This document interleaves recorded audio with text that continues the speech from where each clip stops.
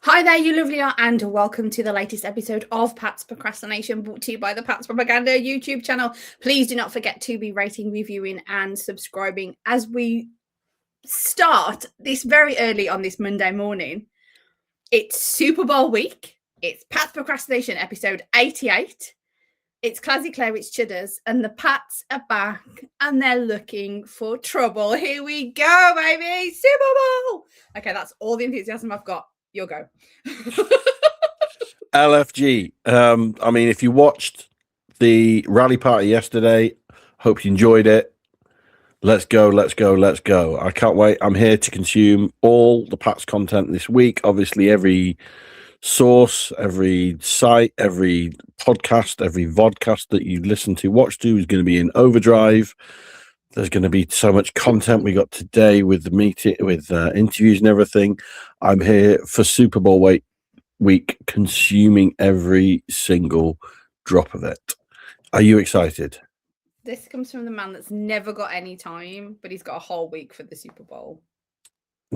Who needs to sleep Super Bowl week? I need to get in preparation for Sunday by not sleeping all week.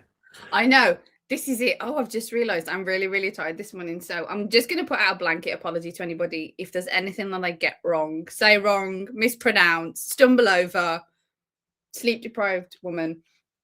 However, it's probably good training actually for the Super Bowl because, it's a bit late for us, late early morning. You know what? I also made a mistake because I in preparation. I often open up stats and various windows on my screen so that I'm ready to go with the latest information. I thought, right, for this week, because obviously this week is particularly looking ahead rather than looking back at the previous game. That's fair. I loaded up a load of Seahawks stuff, so, the roster and coaches and all this sort of thing. And when you're on Seahawks.com, obviously they've got, the top banner, the details of their next game, which happens to be the Super Bowl, obviously. And then it had start time 3:30. And I was like, oh, have I got this wrong? Are we kicking off at 8:30 UK time? That's brilliant. And now, of course, they work on Pacific time, not Eastern time. So I'm used to going to all the East Coast websites, I guess, for Bruins and Patriots, Red Sox, etc., and seeing East Coast times and adding 5, but I'd forgotten that. So I got momentarily incredibly excited that we had an early Super Bowl, but it will be a daytime Super Bowl relatively anyway when it starts, so it's going to start in the light. Oh yeah, for them I was going to say for us no, it's 11:30 at night, but yes, you're quite correct, in the daytime for them. So I'm quite disappointed in you. Where's your there's a surprise. Where's your oh really where's your bottles? Are we not doing? Bottles? I was waiting for you into. I was waiting for Warriors and clinking. Oh, right. I'm very disappointed. I'm just quite frankly. But yeah. So this is it. We should have so much to talk about. Did you watch the rally yesterday then? Yes. Did you enjoy it? Yes. I feel like we've had this conversation. I don't think anybody listening really is that bothered if I enjoyed watching something. Really. Okay. What are you looking forward to this week then in the build-up?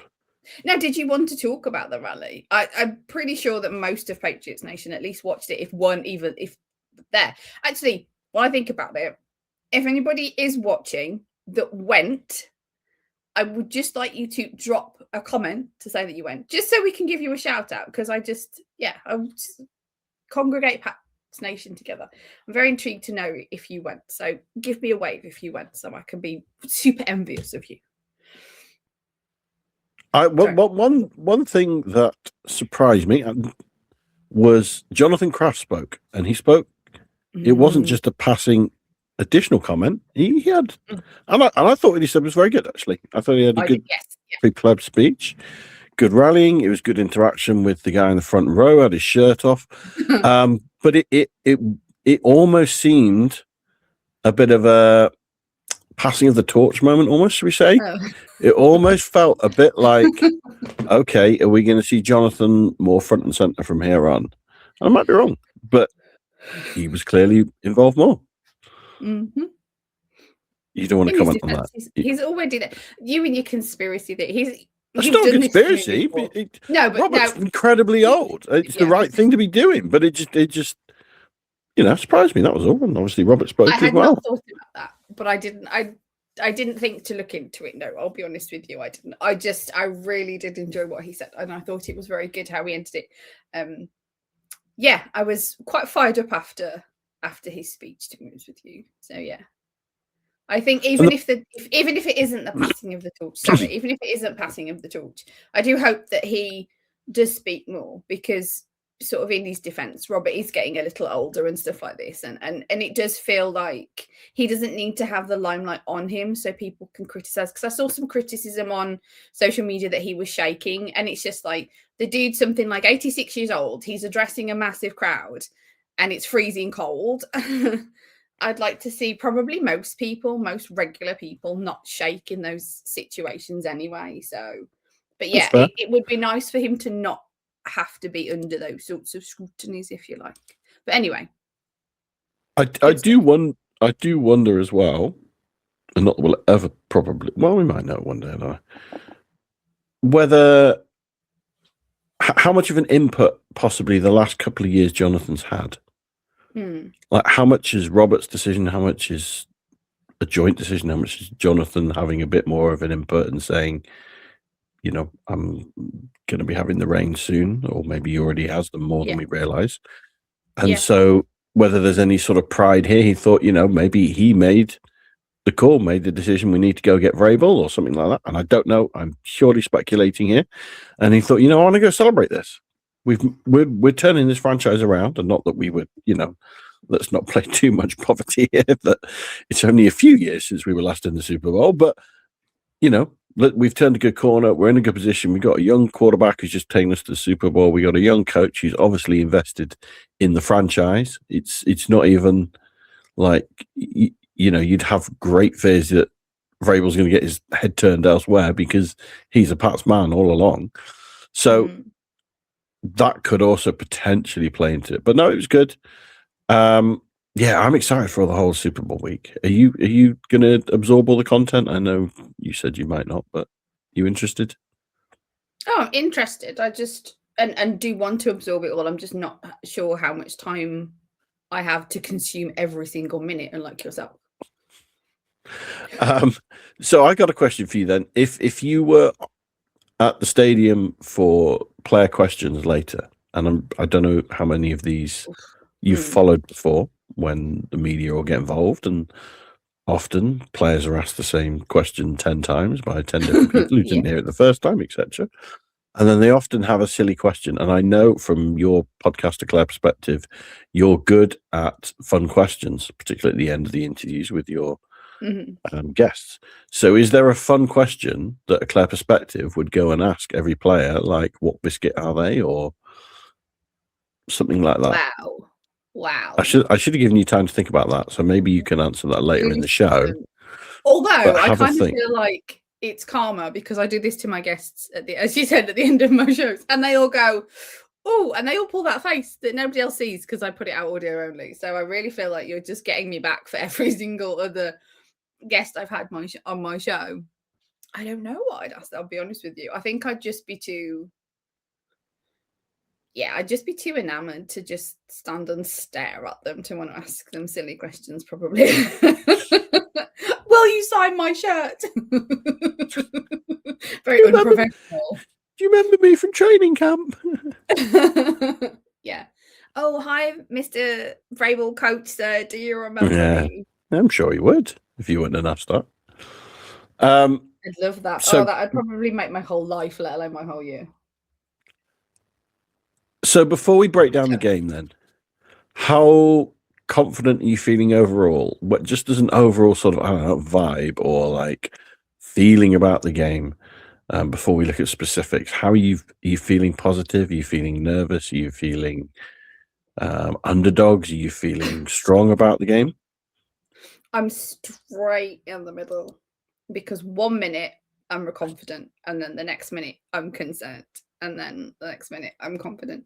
So I'm literally on that line. There's no here, there's no here, there's right in the middle. This is so weird.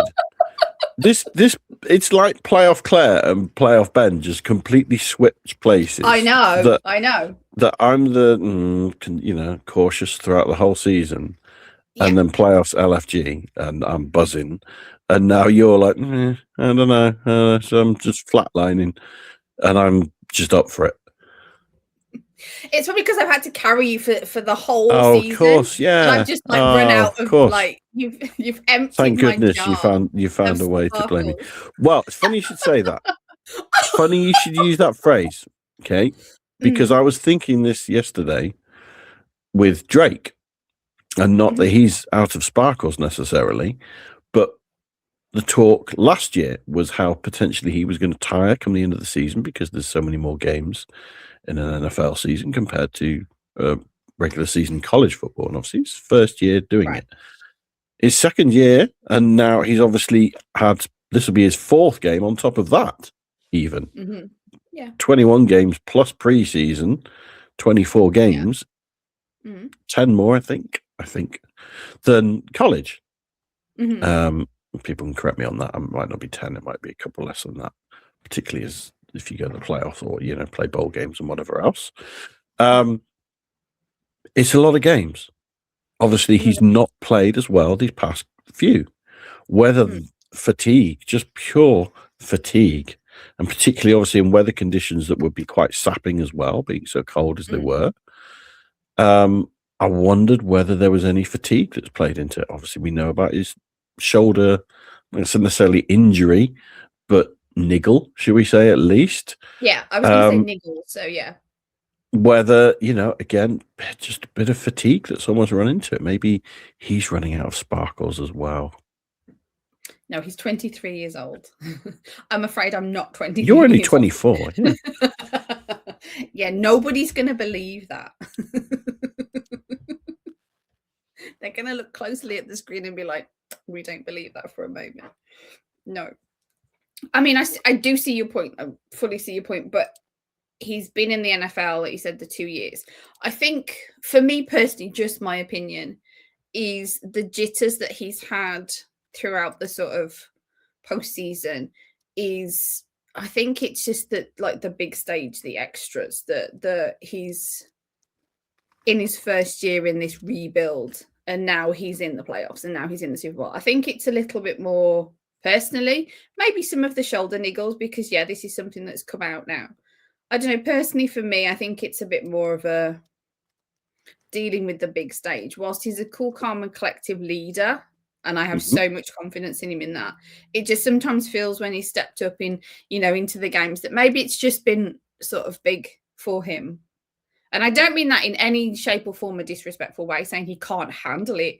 I'm not saying that at all. It's just that I'm personally think it might be a bit more of that, but you could completely be correct, and it's just like you said, it's just a fatigue of a season that's longer than anything he's anticipated. And I mean, look, he's had his guys out with injury and stuff. I think it's been said a few times, I think in pressers, or I've seen it on social media, how Will Campbell, they're a really close pair, they're really good friends, and so having him out on his first injury is probably something that has sort of pulled at Drake May's conscience and stuff like that, to see that he's, his buddy's not out there and stuff, and a bit of inconsistency on his O-line, that sort of thing. So I think it's a lot. It's the first year under Vrabel. It's a different coach. It's a different offensive coach. It's a different situation. There's just a lot. It's just really, really big. And I think sometimes maybe the whole sheer size of it is sort of maybe what it is, or a bit of both. A bit of a long season, bit of everything to deal with it. It's finding your balance. And I think it takes, I mean, it's an intense sport regardless. And it's a big jump from college to NFL. We've seen this many a time with players and stuff like that. So it's a lot for a young man to handle as well. There's also the element that obviously Vrabel sort of cleared house of the old guard of leadership not totally, but mostly last off season. And so his new captains, his new people he was really asking to step up, maybe there's a little bit more on those shoulders in the same role because he's got a new culture and he needs new leaders to sort of instill that within the locker room. And so it does make it that, a few percent harder having to do that in that circumstance, I guess. That's fair. And I think that's why sorry, can I just drop in a nugget of that? And I think that's drop why your nuggets. Why the Hunter Henry thing was more important than maybe other people have come to realize, because it was that one sort of veteran leadership quality that remained consistent for Drake. And whilst I'm not saying, please don't get me wrong, I'm not so much of a tight ended lover and a Hunter Henry lover that I'm saying that's it, he's the pivotal thing for what's changed everything. No, I'm just saying that as an underlying constant, I think that maybe have been a little bit more important than maybe some people will have seen, simply because of that consistency. And I'm very, very wary that we need to move on to the Super Bowl talk, because you're asking me questions about random things. Yep. The Super Bowl. My fault. Patriots are going to the Super Bowl. Are you really going to be this martyr today? It's Monday. We're really martyr Monday, are we? Come on. So seriously, let's say Pat's offense / Seahawks defense. What are you thinking on that side of the ball then? I'd be giving it probably to the Seahawks defense. Okay. That's fair. They have a very strong defense. Pat's, please interject with any more nuggets you may have, because as you can know, probably speak for hours. Go for it. Throw your nugget now, quickly. I'll do it now. McDonald is a defensive guy. And he's coming from the Ravens. He was at the Ravens before he was head coach to the Seahawks. 2 stints, actually, I think. So something McDaniels may have seen before, because he's going to experience this guy's defense, with them having history, obviously, in the same conference as the Ravens. So it will be interesting to see how much that maybe he already knows that's go and if that's going to work in the Patriots' favor for the offense, because we all know that the Seahawks defense is dominant. We know this. It's what's been the talk of the town, sort of thing. So that's my interesting nugget of however, is McDaniels actually going to have a few kind of tricks up his sleeve, because he's going to know what he's seeing. There you go. So that's my little nugget. Go on, you'll go. Yeah, yes, I'd like to think you're right. You're certainly right about the familiarity. Obviously, the Pats have played 3 very tough defenses this postseason. Yeah. So another tough defense I'm not saying it's making it any easier, but it's also not going to phase them. It's not like they've played 3 cupcakes and then all of a sudden they've got to play a tough one. No, they're ready for that. Now, the flip of that is they also haven't played that well on offense, so it's not like, oh, don't worry, we're going to keep going all guns blazing. However, I do think weather conditions, and I know I said this last week, weather conditions are going to play a difference. I expect the Pats to be able to operate a lot better in a more warmer climate. They're not going to have wind. They're not going to have rain. They're not going to have snow. They're not going to have freezing cold weather. I expect them to be able to play a bit more freely like they have done the rest of the season. Not they're going to be perfect. Seahawks will certainly try and restrict them on that. But I do expect them to be able to move the ball and bring back the passing game a lot better than they have been doing. The key is going to be that O-line. How well can that O-line, or at least certainly the it's not even just the front 5. It's how are you going to protect either Drake or the running back to create the holes? Are you going to use more tight ends? Are you going to use more fullback? Are you going to even play jumbo packages with extra linemen on the field? That protection, getting that right, is, in my mind, going to be certainly key to the offense, maybe key to the game, but key to the offense. How are you going to be able to protect better than you have been doing? Because that's probably one of the negatives. I know we had the debate about Will Campbell, but realistically, either he's going to have to do better or he's going to have to get help, because we can't be turning the ball over again 2-3 times, because May's blind side isn't protected properly. You say he's going to need help. That's okay. I think David Andrews is on his way to Santa Clara, so we can always elevate him from the practice squad a little bit. We can. Another, you possibly have this nugget. Another interesting nugget for this particular matchup is that 3 of the Pats tight end / fullback room used to play for the Seahawks. Westover, Hooper, and Hollister all have been on the Seahawks roster at some point in their careers. Also, Darnell Taylor as well, defensive end. So that's the 4. As far as I could tell it, there's no Seahawks that have been on a Pats roster. Those are the only 4 that have been on the Seahawks roster. So I know I'm fairly certain Westover is going to be active and he's going to be utilized at fullback because I think he's done pretty well in the postseason so far. Obviously, Hooper, we're hoping he'll have an impact as well. Mm-hmm. Maybe they know something. Maybe they know little minuscules of information that might help the Pats turn this one. But I'm confident the Pats will be able to move the ball better than they have been doing. I'd like to think the run game is going to continue to be one of the Pats' strengths. I do think Drake is going to possibly use his legs more, particularly if the shoulder, there's any niggles there and he's being more cautious.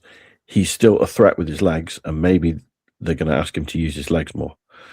Go on. And can I throw in, how much has Seattle faced kind of mobile quarterbacks? Have Seattle faced anyone like Drake so far this season?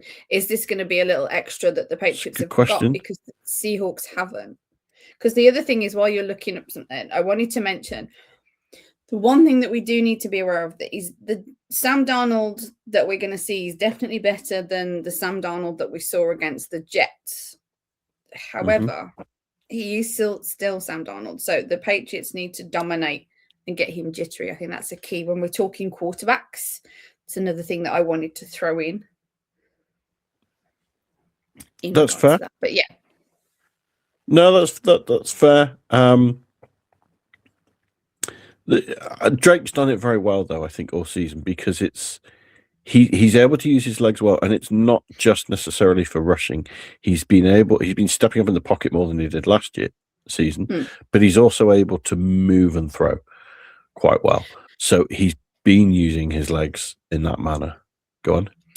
I think that's the edge that maybe the Patriots have got, because we're looking at the Seahawks defense, and whilst I know that you've mentioned before you don't think the Patriots defense is elite and things like that, I get it, but when you're looking at them at what they've achieved and how they've got here and stuff like this, the Seahawks defense and the Patriots defense both really strong. Let's just kind of put it under that. So then you look at the offense, and the Seahawks do have weapons, as people like to say, with JSN and things like that, and maybe the Patriots aren't quite up to the same level with who they've got. However, I think who they've got have been performing pretty darn well. I'm wondering if the edge there that we've got when you're looking at these guys is the May factor over the Darnold factor, and it's going to come down to possibly to that, really. Possibly, and I hope so. I think both quarterbacks have got question marks because Darnold's been playing very well all season. Yes. But he's still Sam Darnold. And you just wonder, is there some point when he's going to turn back into a pumpkin? Like I said last week. Is there a moment when he's turn back into Sam Darnold? Are you going to make him see ghosts? Are you going to be able to confuse him with your looks? And that's what's going to be his undoing. Likewise, Drake May has played MVP level for a lot of this season, but he's also played under par the past few weeks. He's had turnovers still. Let's hope that we see the good Drake May in the Super Bowl and not the one that's not been so good, should we say. So the quarterbacks are going to be very key. But it's interesting because you look at, obviously, the run the Pats have had in the postseason. Drake May's not really been the reason they've won those games. He's obviously not been the reason they've lost. They're obviously not lost, but he's not been the reason they've won. And there's potential that if the Pats can confuse Darnold, can even just play at their very strong level they have been playing at, then maybe it's not a quarterback who's going to win this game for either team. Both teams, it might not be the quarterback that shines, and it could be a running back, or it could be JSN. It could be another offensive weapon that ends up for whoever wins as Super Bowl MVP, because they made that one electric play that did it for them. So it's interesting. You're not necessarily seeing two elite quarterbacks going at the height of their powers against each other for once. How this matchup is going to break down is going to be interesting. I do think the Seahawks have got more weapons on offense. JSN obviously been playing at elite level this season. Cooper Kupp past his best, but still a very safe pair of hands. Rashid Shaheed, that they've picked up from the Saints in the season, he's been playing quite well for them. Particularly, he obviously, I think he had, was it championship game that he returned the opening kickoff for a touchdown. Special teams, that's going to be key, making sure the Pats don't let something like that happen again. And even Jake Bobo has chipped in as well. That my assumption is they're either going to double team JSN or they're going to stick Gonzo on him all day.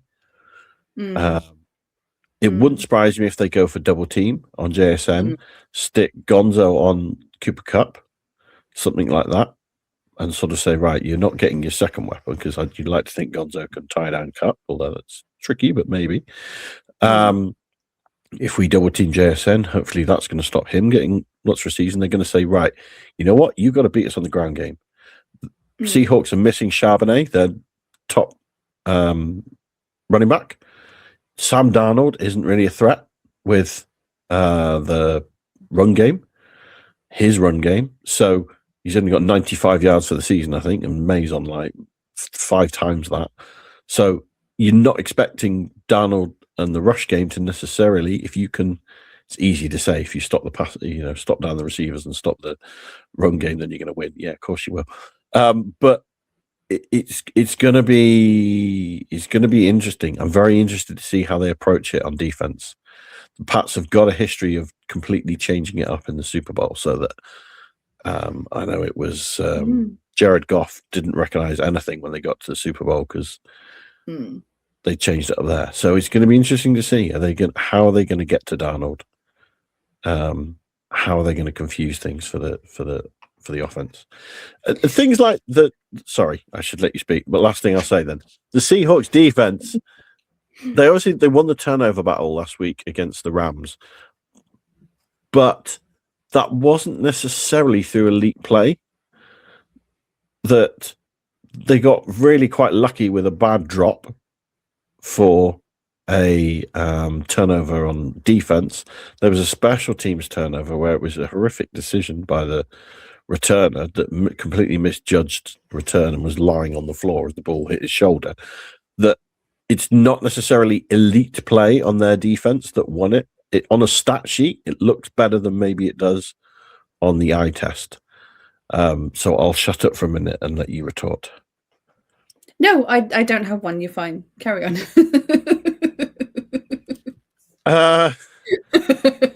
Okay. To be honest, go for it. You might want to start discussing your score prediction, because we will be having to wrap up. So before you hit another train of thought, maybe I should stop you. I like this matchup for the Pats. I think Seahawks is a better matchup than they would have had with the Rams. I think if you can... When you say better, sorry, do you mean as in a better show to watch, or an easier matchup? An easier matchup. And that's hard to say. Do you think it would be harder to beat the Rams than to beat the Seahawks? Yeah. Is that what you mean? Oh, right, okay. Yeah. I'm surprised.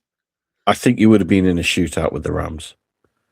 And the way the Pats have been playing, I don't think that would have necessarily gone strongly for the Pats. I think this is a potentially lower scoring game because you've got two tough defenses, and that's the sort of game the Pats have had all off season. So the matchup suits them better. As a spectacle, I think it would have been more entertaining for a Rams game. Particularly, you've also got then the story of May versus Stafford MVP contender. Obviously, one of them will have been named by then. probably Stafford. I'm assuming he's going to win that. But it's I think this matchup works better for the Pats. I think it's going to be a relatively low-scoring game. I'm going to say Pats win 24-21. 24-21. Now, throw my 2 cents very quickly. I've got 2 scores. One for Pats and one for Seahawks, Claire. Okay, I've got 4 scores then. Because I initially got, low scoring game, Pats 20, Hawks 17. That's what I've got. That was my low scoring game. And then after I wrote it, I'm looking at it, sort of looking at my notes, thinking, what if this is a crazy high scoring game and like Patriots 35, Hawks 20? So that was my 1B score. But I'll stick to the 2017, I think. For now. I'd also like to say it's going to be a long week. I have 24-21. I also appreciate that's not actually that low scoring. When you look at the other, the Pats have just won 10-7, but I think it's going to be quite tight. It could be just like, I don't know, 14 all going into the fourth quarter, and then both teams just go for it. Then at that point, looking to win it, something like that. But we should see. Well, right. One last time next week, we'll know. We will know. We haven't planned our parade route yet as well. One last question, which we would be, or very, very quick comment. We shouldn't really wrap up without saying Bill Belichick snub. What are your thoughts? Not surprised. And it's been a bit of a farce, hasn't it? And it hasn't made the Hall of Fame look very good, unfortunately. It's been, it's not been a good reflection for them, which is a shame. But I'm sort of, it's wrong. He should have been. How can he be who he is and not? But I'm almost not surprised either, just because of the sort of the nature of. Do you think Brady might get similar when it's his time, or Gronk, or any of the other Pats? I don't see why Gronk would, because there's just not. He's just too of a crazy character to have had sort of anything against him. I know Brady's going to have a lot of jealousy against him, but I think he's even bigger. Whilst this isn't because we have 30 seconds, so it's not a case of the Brady's better than Belichick or anything like that. I just think from a image perspective or whatever, that Brady was just bigger than Belichick. And so I just think that with the players and everything, I can't see him being snubbed. However, I kind of don't think I'd be shocked. I don't know. I think I'd be more surprised if this had happened to Brady than I am at how this has happened to Bill, in a way. And I'm not condoning anything or whatever. That's just from the perspective of the shock perspective. And you really do need to be quick. I know. I think it's pathetic. I think it's pathetic. It doesn't look good on the Hall. I appreciate it's not the Hall that votes. On the committee, it looks pathetic on the 11 plus people, plus potentially Bill Polian, who he doesn't know which way he voted, or he's not sure which way he voted. I'm not sure I trust what he's saying, or whether he just polled for it to happen, then realized he had enough votes and he could even vote him in. I think it looks pathetic on them. I think the Hall is going to change the way it does its votes. It might even change some of the personnel on the votes, because I don't think they want this happening to Brady or anyone else in future for this pathetic, petty reasons. So I think they'll change it, and I don't think if it stays this way, I do think there's a chance it could affect other people. But I think the Hall will change things up to make sure this doesn't happen again, because it's pathetic. So sorry, you can give a thumb up, thumb down. Is Kraft going to go in this week? See, it throws reservations now, doesn't it, on Kraft as well? So I don't know. I'm sorry, I don't have an answer. Those people who said, "Oh, I voted for the 3 players because they'll never get a chance." If enough people have done that, then Kraft's not getting in either. Is that looks pathetic on them if that's what's happened. Right, next week we are going to be celebrating a Super Bowl win. I'm confident, I'm happy, I'm bouncing. LFG. There you go, folks. So we're going to wrap it up very quickly. Sorry about the rushed ending, but some of us have meetings to go to, namely him. That is it for Pat's Procrastination. Super Bowl bound. episode 88, when we come to you next week, it will be Super Bowl result. He says it will be a win. Who knows, folks? Tune in next time. And as always, go Pats. LFG. We all we need.